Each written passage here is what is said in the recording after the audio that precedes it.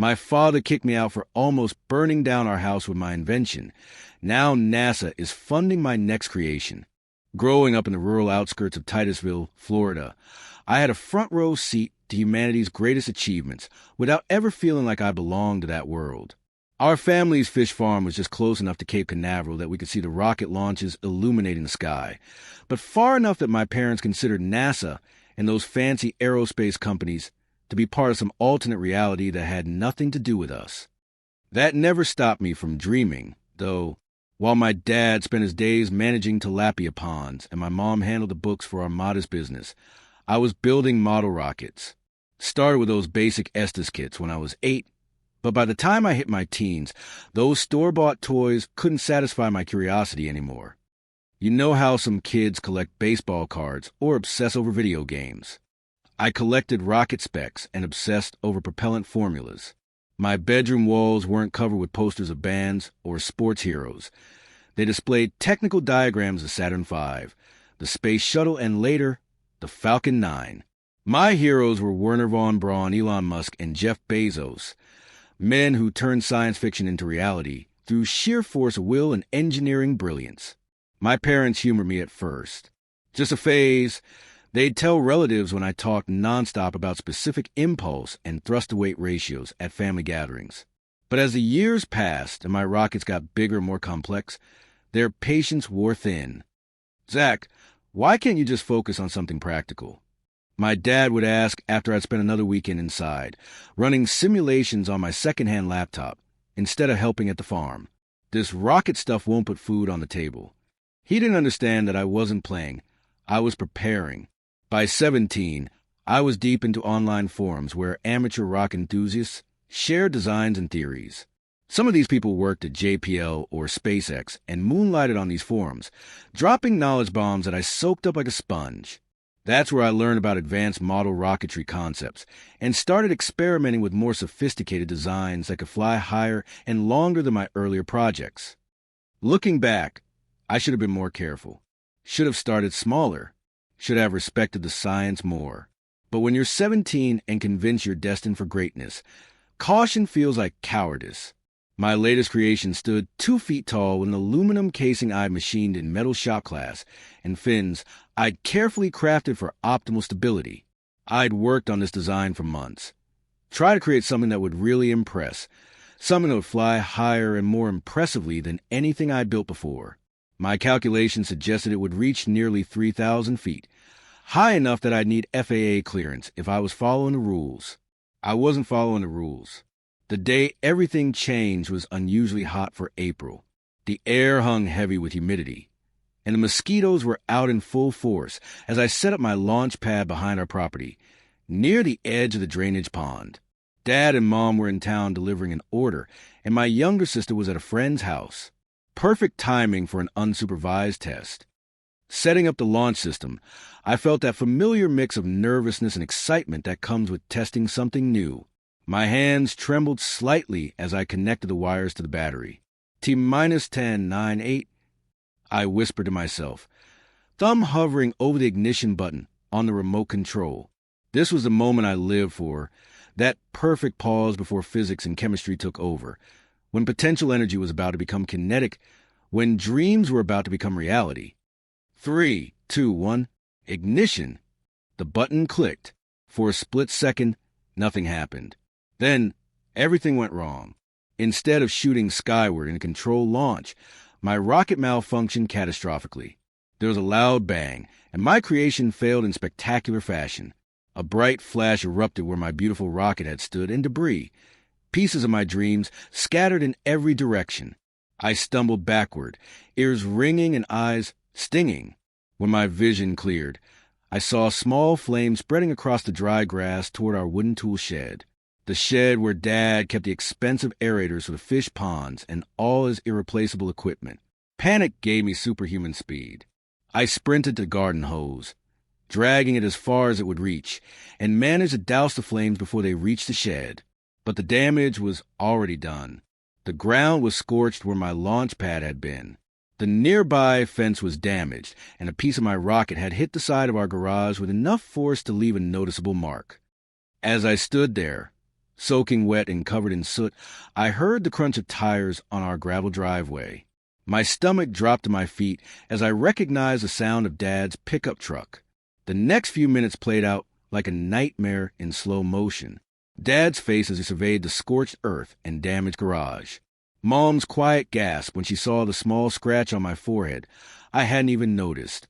The terrible silence as Dad picked up a twisted piece of metal, recognizing it as part of my rocket. "What were you thinking?"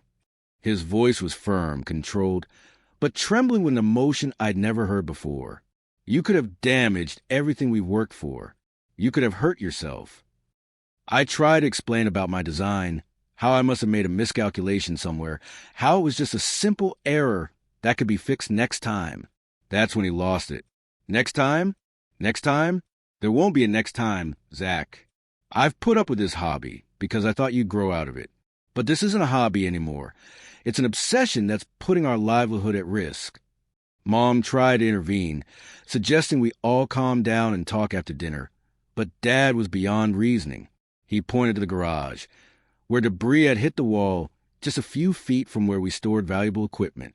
"Do you understand what could have happened? We could have lost everything. Because you couldn't follow rules. Because you had to push limits. Because rockets are more important to you than this family's safety." His next words hit harder than the failed launch. "I can't do this anymore. I can't wait around for you to damage our home, or worse. If rockets mean so much to you, then go chase that dream somewhere else. Not under my roof." Mom gasped. "John, you don't mean—" "I do mean it. He's 17, old enough to make adult decisions about these dangerous experiments. Then he's old enough to face adult consequences." I stood there, stunned, as Dad stormed into the house. Mom followed, giving me a look of helpless apology. Through the screen door, I could hear them arguing, Mom's pleas for reason met with Dad's immovable anger. An hour later, I had stuffed 2 backpacks with everything I could fit. One held my laptop, notebooks filled with designs and calculations, and my few personal belongings. The other contained what remained of my hobby materials. Not from today's failed experiment, but the other models and parts I'd been collecting. Mom slipped me all the cash from her purse, just over $200, and a hurried kiss on the cheek. "He'll calm down," she whispered. "Give him a week. Go to Uncle Pete's in Orlando. I'll call him to expect you." But I knew better. I'd seen the look in Dad's eyes. This wasn't a cooling-off period. This was a fork in the road of my life. Down one path lay reconciliation, fish farming, and a practical future in Titusville. Down the other, uncertainty, struggle, but maybe, just maybe, the stars. As I walked down our long driveway, backpacks heavy on my shoulders and the acrid smell from the failed launch still clinging to my clothes, I didn't know where I would sleep that night. I didn't know how I would eat next week once Mom's cash ran out. I didn't know if I would ever set foot on our property again. The only thing I knew for certain was that I wasn't going to Uncle Pete's. I wasn't going to anyone who would try to talk me out of my dreams or send me back home with my tail between my legs. With the last of the day's light fading and the first stars appearing overhead, I stuck out my thumb at the highway junction. Cape Canaveral glowed on the horizon, and somewhere in that glow was my future. I just had to figure out how to get there, without another explosion along the way. The first night after leaving home was probably the longest of my life. With nowhere specific to go, I ended up at a 24-hour McDonald's near the highway, nursing a large coffee until sunrise just to stay in the air conditioning. Florida nights in April aren't exactly cold, but they're not comfortable for outdoor sleeping either. When morning came, I started calling friends, trying not to sound desperate. Most offered sympathetic words, but not much else. Their parents wouldn't be cool with some random kid crashing indefinitely, especially one who'd just been kicked out for nearly destroying his family's property. By midday, I was starting to panic. The novelty of freedom was quickly wearing off, replaced by the harsh reality of having nowhere to sleep and limited funds. That's when I remembered Carlos. Carlos Mendez wasn't exactly a close friend, more like a mechanical genius I occasionally talked to in shop class. His family ran Mendez Marine Repair on the industrial side of town, fixing everything from jet skis to commercial fishing boats. Carlos and I had bonded over our shared love of engineering, though it was much more practical than my theoretical rocket obsession. With nothing to lose, I gave him a call. To my surprise, he actually picked up. "Let me get this straight," Carlos said after I explained my situation.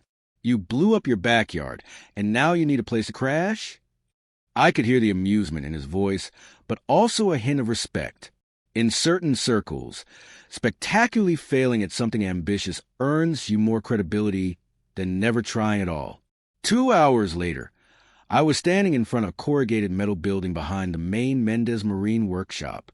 It wasn't pretty. Faded blue paint peeling in the Florida sun, a few rust spots around a roof line, and a door that screeched like a banshee when Carlos pulled open. It's the old storage shed. We don't use it much anymore except for overflow inventory and junk we might need someday. He gestured to shelves lined with boat parts, cans of marine paint, and boxes labeled only with years. "Dad won't mind if you stay here a while, but you gotta help out around the shop when needed. And no rockets," he added firmly. At least nothing that could burn the place down. It wasn't much, but to me it was perfect. A concrete floor, electricity, even spotty Wi-Fi from the main building. Carlos helped me clear a corner where I could set up the old futon his family had been storing there. He even returned with a small mini fridge his older brother had used in college. "What will you tell your parents?" I asked as we finished setting up my new living space. Carlos shrugged. "The truth. Dad's pretty chill, and Mom's always wanted more kids anyway. Just don't make me regret this. Rocket boy." That night, lie on a musty futon surrounded by boxes of boat propellers and the faint smell of fiberglass resin, I felt something unexpected. Hope. Sure, I was essentially homeless, living in a glorified shed, but I also had space, independence, and most importantly, a workshop with tools. While Carlos's dad had vetoed actual rocket building, he hadn't said anything about designs and theory. The next few weeks fell into a routine. I'd wake up early, before the main shop opened, and shower in the employee bathroom. During the day, I'd help around the marine repair business, mostly cleaning, organizing inventory, and occasionally assisting with simple repairs where an extra pair of hands was needed. Carlos's dad paid me under the table. Not much, but enough to keep my phone on and my stomach full of cheap fast food. Nights and weekends were mine, though, and that's when I really got to work. Without the distraction of school, I decided to finish my senior year through online classes. I could focus entirely on my passion. One night, after spending hours watching SpaceX's Starship prototype tests, I had an epiphany. My problem wasn't rocket science itself, it was communication. I understood the concepts, the physics, the engineering challenges of spaceflight. What I couldn't do was make other people understand why it mattered. On a whim, I set up my laptop on a makeshift stand of boat maintenance manuals and hit record. For 20 minutes straight, I talked about rocket propulsion systems, explaining in simple terms how they worked and why different rockets use different fuels. I used everyday analogies, comparing liquid oxygen and kerosene to a car's air intake and gasoline, describing rocket staging like dropping empty luggage as you climb a mountain. I uploaded to YouTube with the title "Rocket Science Isn't Rocket Science" under the channel name Backyard Booster, a self-deprecating nod to my failed experiment. I had zero expectations. It was just something to do besides stare at the ceiling of my workshop home. The next morning, it had 32 views. Not exactly viral, but not zero either. The comments were what really caught my attention. Finally, someone explaining this without making me feel stupid. "Dude, where have you been all my life? I've been trying to understand Delta V for ages." That feedback was like rocket fuel for my motivation. I immediately started planning more videos. I kept them simple. No fancy graphics or professional editing. Just me talking with occasional diagrams drawn on paper. Sometimes I'd use things around the workshop as props. A video explaining Tsiolkovsky's rocket equation using boat parts got surprisingly good engagement. By the end of my first month as a workshop dweller, Backyard Booster had over 5,000 subscribers. Not enough to make real money, but enough to give me a sense of purpose beyond just surviving. I was building something. Maybe not an actual rocket, but a community of people who share my fascination with space.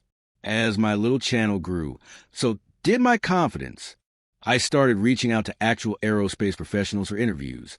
Most ignored me, but few engineers from smaller companies agreed to Zoom calls. Each one added credibility to my channel and taught me something new. Around this time, Carlos started taking more interest in my YouTube project. He was studying mechanical engineering at the community college and found my explanations helped with some of his classes. He even appeared in a few videos, usually as a skeptical questioner who made me break down concepts even further. You know what would be cool? He said one evening as we ate takeout burritos on the hood of his car. If we actually built something together. Nothing crazy or dangerous. He added quickly, seeing my expression, but something to demonstrate the principles you're talking about. That conversation led to our first collaboration, a small compressed air rocket made from PVC pipe that we launched with proper safety measures and permits at the beach. The video of our test reached 50,000 views in a week, more than tripling my subscriber count. As summer approached, two important things happened. First, the YouTube algorithm finally noticed me, and my videos started appearing in recommendations. My subscriber count jumped from thousands to tens of thousands, and for the first time, ad revenue actually covered my basic expenses. Second, I stumbled across NASA's Small Business Innovation Research, SBIR, program while researching for a video. SBIR provides grants to small businesses developing technologies that could benefit NASA's missions. The minimum requirements were having a registered business with fewer than 500 employees and a proposal for innovative research. We're not a business, Carlos pointed out when I excitedly showed him the program. We're just two dudes making YouTube videos in a storage shed. But the idea wouldn't leave my mind. The application deadline was 3 months away. Plenty of time to figure something out. Plus, Carlos's family business could technically qualify. We just needed to convince his dad to let us submit under the Mendez Marine name. What we really needed was an idea innovative enough to catch NASA's attention, but practical enough to actually develop with our limited resources. The answer came from an unexpected source. For a video about SpaceX's Raptor engine, I'd been researching manufacturing techniques. One article mentioned the challenges of traditional rocket engine fabrication, the complex cooling channels, the multiple welds and joints, the potential failure points. Another article, completely unrelated, discussed advances in 3D printing with high-strength composites.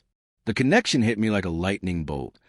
What if we design a rocket engine with significantly fewer parts by 3D printing components that would traditionally require assembly? The material science was already advancing rapidly. We just needed to apply it in a new way. When I pitched the idea to Carlos, I expected skepticism. Instead, his eyes lit up.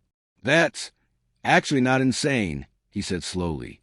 "We'd need to design something that takes advantage of 3D printing strengths while avoiding its limitations. Complex internal structures printed as a single piece." "Exactly," I practically shouted. "And with the right composite materials, we might even get better thermal properties than traditional metal engines." For the next 6 weeks, we worked obsessively on our proposal. By day, we still maintained our regular routines. Me helping in the shop and making videos, Carlos attending classes and working for his dad. But our nights were consumed by research, design work, and endless revisions of our application. Mr. Mendez was initially reluctant to let us use the business name, but eventually agreed after Carlos explained how even getting past the first review stage could open doors for all of us. We submitted our proposal for a 3D printed composite propulsion system, with exactly 2 hours to spare before the deadline. Then came the waiting. NASA's review process was notoriously thorough, with multiple stages of evaluation. The odds of two teenagers, well, Carlos was 19, I was still 17, getting funded were astronomically low. We tried to forget about it and focus on our growing YouTube channel, which had now crossed 100,000 subscribers and was generating enough revenue to let me upgrade from my futon to an actual bed and even save a little each month. 3 months after submitting, I was editing a video when my phone buzzed with an email notification. I almost ignored it, deep in concentration on my work. When I finally glanced at it, my heart nearly stopped. "Dear applicant, we are pleased to inform you that your SBIR Phase 1 proposal has been selected for funding." I read the email 3 times, convinced it was a mistake or a cruel prank. But there it was. NASA had awarded us $125,000 to develop a proof of concept for our 3D printed engine design. When Carlos arrived after his classes, I wordlessly handed him my phone. He read the email, looked at me, read it again, and then let out a whoop so loud it echoed through the entire workshop complex. "We're NASA contractors," he shouted, pulling me into a bear hug that nearly crushed my ribs. "Do you realize what this means? We're actually going to build a real rocket engine with actual funding." The reality was just starting to sink in. Somehow, in the span of 4 months, I had gone from being kicked out of my house for a failed backyard rocket to receiving NASA funding for an innovative propulsion design. Life had taken the most unexpected trajectory, not the smooth curve I calculated, but something far more interesting. As Carlos called his parents to share the news, I stepped outside into the warm evening air. The same stars I'd always dreamed of reaching now seemed just a little bit closer. And somewhere up there, I like to think those NASA satellites were beaming down data to help guide my path forward, a path that had just taken the most extraordinary turn. The morning after receiving the NASA email, I woke up wondering if I dreamed the whole thing. The reality of having actual funding, $125,000 worth of validation, took days to sink in. Carlos and I spent the first week just figuring out how to set up a proper business account and understanding the paperwork requirements. Who knew that getting money from the government would involve more documentation than launching a rocket? Mr. Mendez was surprisingly helpful, connecting us with his accountant and helping us navigate the administrative side. He even cleared out the back corner of the marine repair property so we could set up a more proper workspace. The old storage shed had served its purpose, but developing NASA-funded technology while sleeping next to spare boat propellers no longer seemed appropriate. "Just don't blow up my business," was his only condition, delivered with a wink that told me he was at least a little proud of what his son and I had accomplished. The first thing we bought was a 3D printer, not one of those plastic desktop models, but a professional metal powder sinter machine that could handle the high-performance materials we needed. It cost nearly a third of our grant money, but without it, our entire concept was just theory. The day it arrived was like Christmas morning for 2 engineering geeks. We spent hours just watching it run calibration tests and printing simple shapes. Our challenge was clear. Design a rocket engine with fewer parts, less weight, and comparable performance to traditionally manufactured models. The key advantage of 3D printing wasn't just simplifying assembly. It was enabling geometries that would be impossible to create any other way, like internal cooling channels with complex curves that follow the precise heat distribution patterns. I documented everything for the backyard booster channel, being careful not to reveal proprietary details, but sharing enough of the journey to keep my growing audience engaged. The subscriber count had passed 200,000, and the comments section had evolved from casual viewers to include serious engineering enthusiasts and industry professionals. One video about our material selection process generated an unexpected comment that changed our trajectory completely. "You should consider a nickel-chromium superalloy with fine copper distribution. We've tested similar composites at JPL for high-temp applications. Happy to discuss offline." The comment came from username AstroPropGuy83. After some cautious back-and-forth messaging, we discovered he was Dr. Alan Merritt, an actual propulsion engineer at NASA's Jet Propulsion Laboratory, and he was offering to help us. Within weeks, our YouTube comment section had transformed into an informal technical advisory board. Several engineers from various aerospace companies would chime in on our videos, offering suggestions, pointing out potential issues, and sometimes debating each other about the best approach to our challenges. Carlos joked that we had somehow created the world's first crowdsourced rocket engine design team. Fortune 500 companies pay millions for this kind of consulting, he said one evening as we reviewed comments, and we're getting it for the price of reading YouTube comments. Not all advice was useful. Plenty of armchair engineers had strong opinions based on limited knowledge, but we developed a knack for distinguishing signal from noise. The professionals usually identified themselves privately, and their expertise was evident in the specificity of their recommendations. 3 months into our NASA funding, we had progressed from design to our first printed components. The combustion chamber, normally made from multiple machine parts welded together, emerged from our printer as a single integrated piece with cooling channels already built in. It was smaller than a coffee can but represented thousands of hours of design work and simulation. I held it up to the camera during a live stream, and the chat exploded with excitement. One viewer wrote, "I can't believe I'm watching rocket history happening from some dude's workshop." That comment hit me hard. Not because it was disrespectful, but because it captured exactly how surreal this journey felt. By month 4, we had a complete engine assembly ready for initial testing. This presented a new challenge. Where exactly does one test a rocket engine? Our workshop was out of question, and even if Mr. Mendez was supportive, firing a rocket engine in an industrial area seemed like a quick way to lose our business license and get a personal visit from the fire marshal. Dr. Merritt suggested we reach out to a testing facility in New Mexico that sometimes worked with small aerospace startups.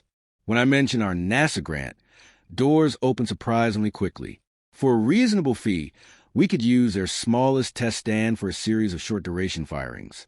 The trip to New Mexico was the furthest I'd ever been from home. Carlos drove his pickup truck with our precious engine securely packed in the back, surrounded by tools and diagnostic equipment. We took turns driving the 16 hours straight through, stopping only for gas, fast food, and bathroom breaks. The testing facility was located in a remote stretch of desert that looked like the surface of Mars to my Florida-raised eyes. Miles of nothing but scrubby vegetation and red rocks, with mountains in the distance and a sky so big it seemed artificial. The facility itself was unimpressive from the outside, a cluster of low concrete buildings with some metal structures in the distance. Inside was a different story. The control room for even their smallest test cell was equipped with multiple screens displaying real-time data, high-speed cameras, and safety systems that made me realize how amateurish our previous backyard experiments had been. The technicians were professional but skeptical when they saw us. Just a couple of kids with a homemade engine. Their attitude changed when they inspected our creation. The lead engineer spent 20 minutes examining the printed combustion chamber, asking detailed questions about our manufacturing process and cooling design. "This is actually pretty impressive," he finally admitted. "How many iterations did you go through to get to this design?" 37, Carlos and I answered simultaneously, then laughed. We'd lost count of the redesigns, simulations, and refinements that led to this moment. Setting up for the test took 2 full days. Our engine needed to be mounted to the test stand, fuel and oxidizer lines connected, sensors attached, and countless safety checks performed. I'd barely slept the night before a scheduled test, running through mental checklists and imagining every possible failure mode. Test day arrived with perfect desert weather, clear blue skies, and minimal wind. We were relegated to the control room, while the professionals handled the final preparations. On the monitors, I could see our small engine mounted to the massive test stand, looking like a toy compared to hardware they usually tested. The countdown procedure was formalized in a way that made my backyard rocket launches seem like child's play. Each system was verified verbally, each valve position confirmed, each sensor reading checked against expected values. T-10, 9, 8. The test director's voice was calm and methodical. For a moment, I flashed back to my failed launch at home, the one that had set this entire journey in motion. How different things were now. Professional facility, engineered safety systems, and most importantly, an engine designed with actual science rather than forum speculation. 3, 2, 1, ignition. On the video feed, a bright jet of flame erupted from our engine. The sound came through the speakers a moment later, a sustained roar that made the hair on my arm stand up. The engine was firing. The test was set for a 10-second duration for this first run, and I counted every second in my head. The data scrolled across the screens. Chamber pressure, temperatures, thrust values, all within the parameters we predicted. No anomalies, no warning lights, just a perfectly functioning rocket engine doing exactly what it was designed to do. When shutdown came at T plus 10 seconds, the control room erupted in applause. The lead technician turned to us with new respect in his eyes. That's one of the cleanest first fires I've ever seen for a new design. Usually, there's at least some adjustment needed. We ran 4 more tests that day, gradually increasing the duration. The final test was a full 30-second burn that ended with all systems still nominal. Our 3D printed engine had performed flawlessly. That night, Carlos and I celebrated with the best steaks the small New Mexico town could offer. Over dinner, we uploaded a short clip of the test to the Backyard Booster channel. By the time we finished eating, it had already racked up 50,000 views and was climbing fast. The comments ranged from technical analysis to pure enthusiasm. That thrust chamber stability is incredible. Did you really design and build this yourselves? NASA needs to hire these guys ASAP. One comment, however, stood out from the rest. It was from a verified account belonging to NASA's SBIR program office. Congratulations on a successful test. Please contact our office to discuss Phase 2 opportunities and an invitation to the Johnson Space Center for a technical presentation. Carlos and I stared at the comment, then at each other. Phase 2 funding could mean up to $750,000 for further development. And a presentation at Johnson Space Center? That was the heart of NASA's human spaceflight program, where astronauts trained and missions were planned. The YouTube notification chime kept sounding as more comments poured in, but we barely noticed. Something much bigger than social media validation was happening. Our little project, born from a backyard failure and nurtured in a boat repair shop, had caught the attention of the agency that put humans on the moon. The trip back to Florida was a blur of excited conversation and future planning. We'd need to prepare a technical presentation, gather all our test data, and figure out what the next development phase would look like. When we finally pulled into Mendez Marine parking lot, exhausted but exhilarated, Carlos's entire family was waiting. Someone had printed a banner reading, NASA's newest rocket scientist, and hung across the workshop door. Mr. Mendez embraced us both, looking genuinely proud. "My son, the rocket man," he said to Carlos, then turned to me. "And you? I think it's time we moved you out of that shed and into a real apartment. NASA contractors shouldn't be sleeping next to boat parts." That night, as I packed up my few belongings from the workshop that had been my home for the past 6 months, I found myself thinking about my parents. They didn't even know about the NASA grant or the successful test. Our last conversation had been a brief, awkward phone call on my birthday, with Mom doing most of the talking and Dad silent in the background. I decided it was time to reach out again, not to gloat or prove them wrong, but because I wanted to share this journey with them. Tomorrow I would call home. But tonight, I allowed myself to simply enjoy the moment and the incredible path that lay ahead. 2 weeks later, as I boarded a plane to Houston with our engine prototype carefully packed in a custom case, I couldn't help but reflect on the absurdity of my situation. Less than a year ago, I was a high school kid who got kicked out for a failed rocket experiment. Now I was flying to NASA's Johnson Space Center with an invitation from the director of their Advanced Propulsion Division. Life's trajectory, it turned out, was even harder to calculate than rocket trajectories. And for once, I was perfectly fine with that uncertainty. Walking into the Johnson Space Center with our prototype engine cradled in my arms felt like entering a cathedral. The history contained within these walls, from Apollo to the Space Shuttle to the International Space Station, was almost overwhelming. Here was where they planned missions that changed humanity forever, and somehow I'd been invited inside. Our presentation to the NASA propulsion team went better than I could have imagined.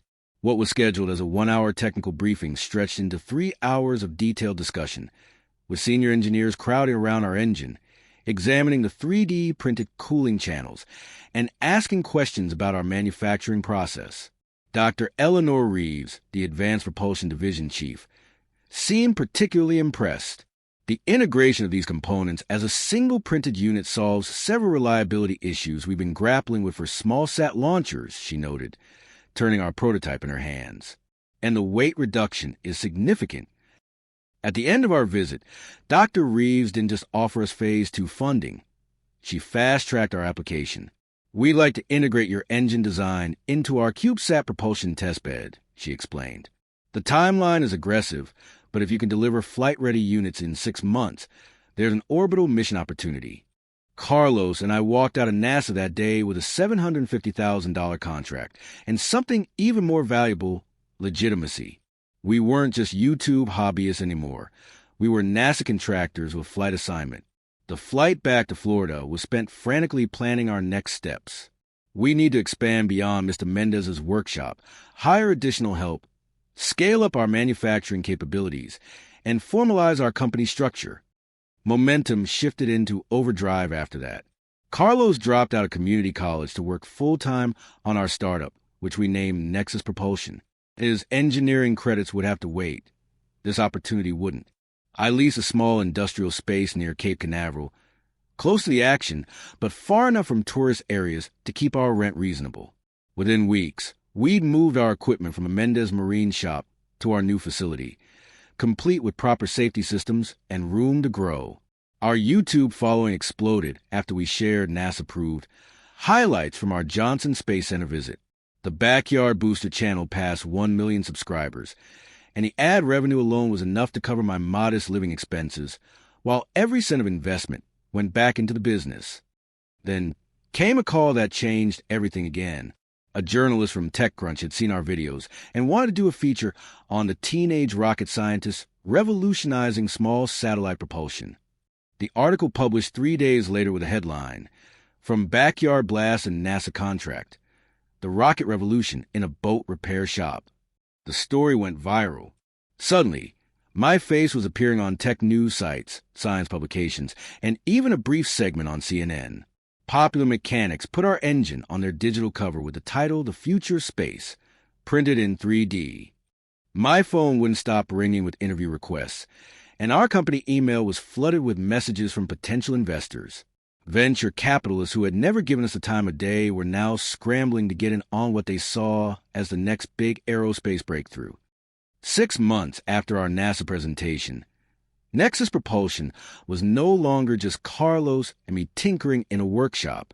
We had 11 employees, including 3 experienced aerospace engineers who took pay cuts to join our team, a proper manufacturing facility, and a valuation of $15 million after our first funding round. We delivered 8 flight-ready engines to NASA on schedule, watched nervously as they underwent acceptance testing, and celebrated when all 8 passed. Our design would fly on an experimental CubeSat deployment mission the following spring. Private companies came calling next. Rocket Lab wanted to evaluate our engine for their Electron rocket's upper stage. Firefly Aerospace discussed incorporating our technology into their orbital transfer vehicles. Even Blue Origin sent representatives to tour our facility and discuss potential applications. One Tuesday morning, as I was reviewing test data from our latest engine variant, our receptionist messaged me. "There are 2 men here to see you. They don't have an appointment, but they say they're family." I knew immediately who it was. Part of me had been expecting this visit ever since our story hit the mainstream news. Still, seeing my father and older brother standing awkwardly in our company lobby was surreal. Dad looked older, more weathered than I remember from just 18 months earlier. My brother Mark had the same confident posture, but seemed uncomfortable in this environment. "Let's talk in my office," I said, leading them through our facility. I watched their eyes widen as we passed the manufacturing floor, where 3 3D printers were simultaneously building engine components, then through the engineering room, where our team was running simulations on large monitors. My office wasn't large or fancy. I'd put our money into equipment, not decorations, but it had a glass wall overlooking the test preparation area where technicians were assembling our newest prototype. Dad stared through the glass for a long moment before finally speaking. "Your mother keeps all your news articles in a scrapbook," he said, his voice rougher than I remembered. "The fish farm isn't doing so well. Red tide hit us hard last season, and the banks aren't as understanding as they used to be." Mark was more direct. "We're proud of you, little brother. You're all over the news. Even old man Jenkins at the bait shop has your Popular Mechanics cover pinned up." I nodded, waiting for them to get to the point. They hadn't driven all this way just to admire my facility. "The thing is," Dad continued, looking at the floor instead of me, "we've been thinking maybe your rocket ideas weren't so crazy after all. You've proven yourself, son, made something impressive here." He gestured around at the office. "We always knew you were smart, just didn't think this rocket business had a future." He cleared his throat, uncomfortable with what came next. "The farm's underwater Financially, I mean, banks threatening foreclosure. We were hoping, well, since you're doing so well now. The implication hung in the air between us. They needed money. They'd kicked me out, and now they wanted a bailout. Part of me wanted to be petty, to remind them how Dad had stood in our driveway and told me never come back, how they'd dismissed my passion as childish until it proved profitable, how I'd slept on a futon surrounded by boat parts while they enjoyed the home I wasn't welcome in. But looking at my father, proud, stubborn, and now humbled by circumstance, I couldn't muster the anger I thought I'd feel. Success had healed more wounds than I realized. I can help with the farm, I said finally, not as a gift, but as an investment. We'll structure it properly through the business. I explained my terms, enough to clear their debt with the bank, but contingent on modernizing their operations and improving their environmental practices. We don't need charity, Dad began, but Mark cut him off. It's not charity, it's business, my brother said firmly. Zach's offering us a chance most failing fish farms would kill for. After they left with preliminary paperwork to review, I sat alone in my office, watching the sunset over the test facility. Carlos found me there an hour later, still deep in thought. "So that was your dad?" he asked, dropping into the chair across from me. He looked exactly how I imagined, like a guy who'd kick out his kid for building rockets. I laughed to spite myself. "Yeah, well, now he wants investment in his fish farm. Are you going to do it?" I nodded slowly. "I think so. Not for him, really, for Mom and for the family legacy, but mostly because I can." That night, a reporter from a local TV station called for yet another interview about our rags to rockets story. She asked the question everyone seemed to find most fascinating. How does it feel to go from being kicked out of your home to becoming a millionaire aerospace entrepreneur in less than 2 years? I thought about my father standing uncomfortably in my office and gave her an answer I hadn't planned. I had to build my own rocket to reach heights where they'd never seen me before. But I don't hold grudges. I've learned that sometimes to truly fly, you need to break away from what's holding you down. That doesn't mean you can't circle back later, just that you have to find your own trajectory first. The quote made headlines the next day. My phone buzzed with a text from my mother. "We always loved you. Your father just didn't understand your path. He does now." As our engines passed their final qualification test for spaceflight, I reflected on the strange journey that had brought me here. The failed backyard rocket that seemed like the end of my world had actually been the beginning. Getting kicked out had forced me to find people who believed in my vision, rather than try and convert those who didn't.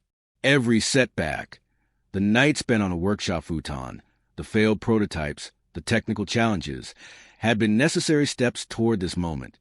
In 6 weeks, our engine would ignite in a vacuum of space, pushing a satellite into its final orbit.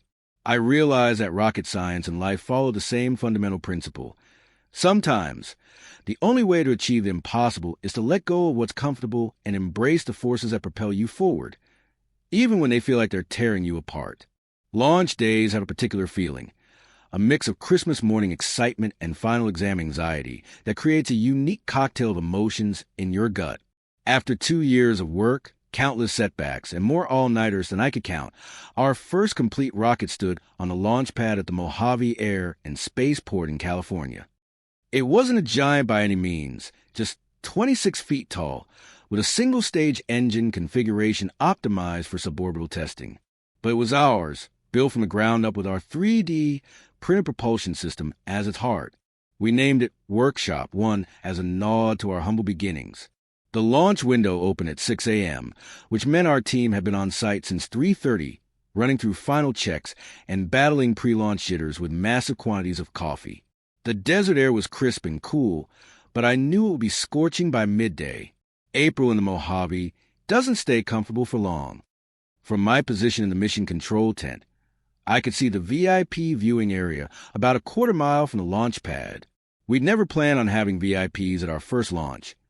This was supposed to be a purely technical milestone, but as our company's profile grew, so did interest in our work. NASA officials, potential investors, and even a handful of journalists with proper credentials had been cleared to observe. And then there was my family. Mom and Dad stood awkwardly at the edge of the viewing area, looking both proud and out of place in their Sunday best. Mark had brought his wife and kids, who were bouncing with excitement. Even my little sister had flown in from college for the occasion. Our relationship was still a work in progress, but the investment in their fish farm had been a turning point. Dad had swallowed his pride and accepted my help, and in return, I begun to understand that his initial rejection had come from a place of fear for my safety rather than a lack of belief in my abilities. To minus 15 minutes and counting, our flight director announced, pulling my attention back to the task at hand. Our small mission control was nothing like NASA's Houston facility, just a cluster of folding tables with laptops and communication equipment under a reinforced tent. But the fundamentals were the same. Every system needed verification. Every sensor reading had to be within parameters, and every team member needed to be ready. Carlos sat beside me at the propulsion station, monitoring engine telemetry. He'd grown from my friend with a workshop to a legitimate aerospace engineer, having completed his degree through evening classes while helping build our company. His hands moved confidently over the keyboard as he ran final simulations. Propulsion systems nominal, he reported. Chamber pressure stable. Feed systems at operating temperature, all sensors reporting.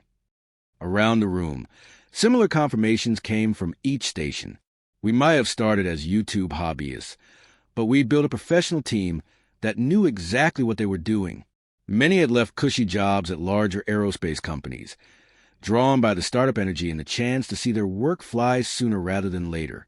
As the countdown continued, I found myself thinking about each step that had led to this moment. From that first explosion in my parents' backyard to sleeping in a boat repair shop, from our first NASA grant to the frantic months of developing a launch-ready system.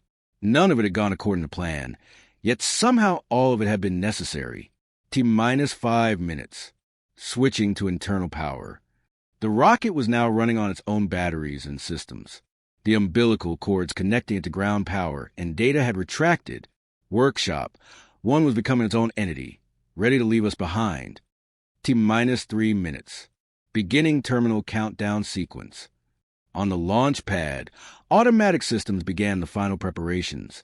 Propellant tanks pressurized, guidance systems initialized, and the onboard computer ran through its pre-flight checklist. Our baby was all grown up and making its own decisions now. I glanced at the small monitor showing the VIP viewing area. Everyone was on their feet now, eyes locked on the distant rocket. My father had his arm around my mother's shoulders. Whatever happened in the next few minutes, I realized I had already accomplished something significant. I had made them proud. T-minus 1 minute. The atmosphere and mission control shifted from focused tension to a sort of suspended animation. All the preparations were complete. All the calculations had been run. All we could do now was watch and hope that our creation performed as designed. T-minus 30 seconds. I found myself holding my breath. 2 years of work, millions in investment, and countless hours of engineering all came down to the next few minutes. Failure wouldn't be the end. Rocket development always includes setbacks, but success would accelerate our trajectory in ways failure never could. T-minus 10, 9, 8. The traditional countdown seemed to slow time itself. Each number took an eternity to pronounce. 3, 2, 1, ignition. A brilliant flame erupted from the base of our rocket as the 3D printed engine roared to life, its complex internal channels precisely controlling the flow of propellants. For a heart-stopping moment, the rocket seemed to hesitate, as if gathering its strength. "Come on," Carlos whispered beside me. "Come on, baby, fly." Then, with a thunderous roar that we could hear even through our headsets, Workshop, one began to rise. Slowly at first, then with increasing speed, it climbed into the bright California sky, riding atop a perfect column of flame. The tracking cameras followed its ascent as the rocket accelerated, breaking through the sound barrier with a faint visual distortion in the air around it. The flight profile on our screen showed a perfect match with our simulations. Every parameter exactly where it should be. Max Q achieved in nominal called out our aerodynamics lead, referring to a moment of maximum aerodynamic pressure on the vehicle. Vehicle is supersonic and stable. The hardest part was behind us. If the rocket could survive the stresses of max Q, the rest of the flight should go smoothly. For 6 glorious minutes, Workshop 1 continued its ascent, eventually cutting off its engine at precisely the planned moment, coasting to an apogee of 82 miles, technically crossing the Kármán line and reaching space. Our tracking system showed it deploying its small test payload, a cube of scientific instruments, before beginning its planned descent. The parachute recovery system deployed exactly on cue, bringing our rocket's main stage floating gently back to Earth about 20 miles downrange in the designated recovery zone. The entire flight had gone exactly according to plan. Mission Control erupted in cheers, high fives, and more than a few tears. Carlos grabbed me in a bear hug that nearly crushed my ribs, both of us laughing and shouting incoherently. Our team had done the impossible, taking a concept from a boat repair shop all the way to space in just 2 years. The celebration at the viewing area was just as enthusiastic. Through our cameras, I could see investors shaking hands, journalists speaking rapidly into their microphones, and NASA officials nodding with approval. My family was jumping up and down, hugging each other as if they'd built the rocket themselves. After completing the immediate post-flight procedures, our team headed out to meet the observers. I found myself surrounded by congratulations, questions, and requests for interviews, but I made a beeline for my family first. Mom wrapped me in a hug that felt like coming home. "I always knew you'd reach the stars," she whispered, her voice catching. Dad stood behind her, struggling to maintain his composure. When I extended my hand to him, he ignored it and pulled me into an embrace instead. "You did it, son," he said simply. "You really did it." The weeks after the launch were a whirlwind. Our success made headlines across the tech and science world, with headlines like "The Workshop Rocket Reaches Space" and "DIY Aerospace, From Garage to Orbit." Investment offers poured in, with our company valuation soaring past $100 million.